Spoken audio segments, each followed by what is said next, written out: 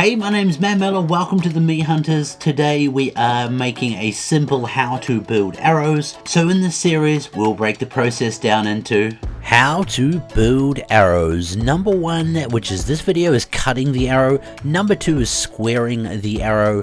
Video 3 is prepping the arrow for inserts. Video 4 is gluing and centering inserts, and the fifth is fletching. These are all equally as important as each other. So let's get into it. First up, as mentioned, this video is all about cutting the arrow and how to do it properly. So cutting arrows is pretty easy, and if you're thinking about starting to make a lot of arrows, I highly recommend getting the right tools to make it that much easier. But hey, you do you.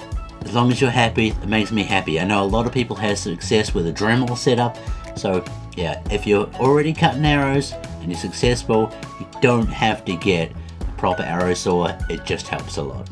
So we're going to start off with a 32-inch arrow bare shaft, which is a pretty standard length for an arrow shaft to come in.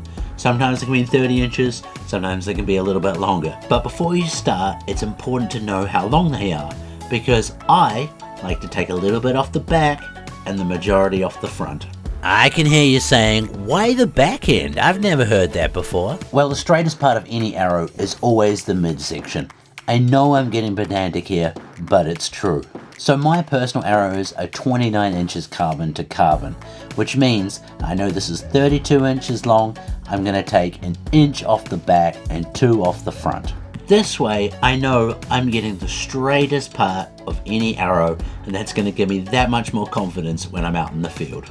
Now remember, you're going to be doing this in a batch, so cut the back end off of all of the arrows first, and then switch around to do the fronts. As mentioned, here I am taking 1 inch off the back to start with.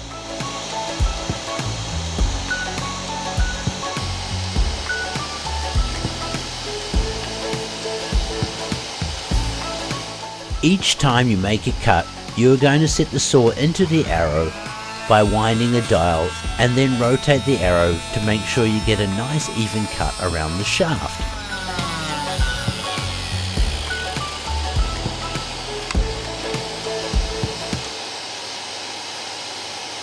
So once you have cut all the back ends, it's time to readjust the saw to the final length and then cut the rest of your arrows.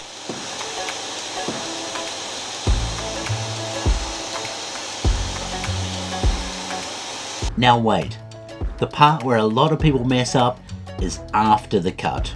Once the cut is done, do not move the arrow until the disc has stopped moving.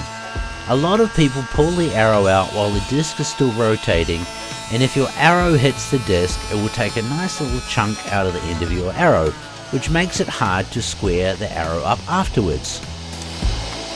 99% of the time, if you wait for the disc to stop spinning before you pull the arrow out, everything comes out nice and flush and the squaring job is much easier, which we cover in the next video.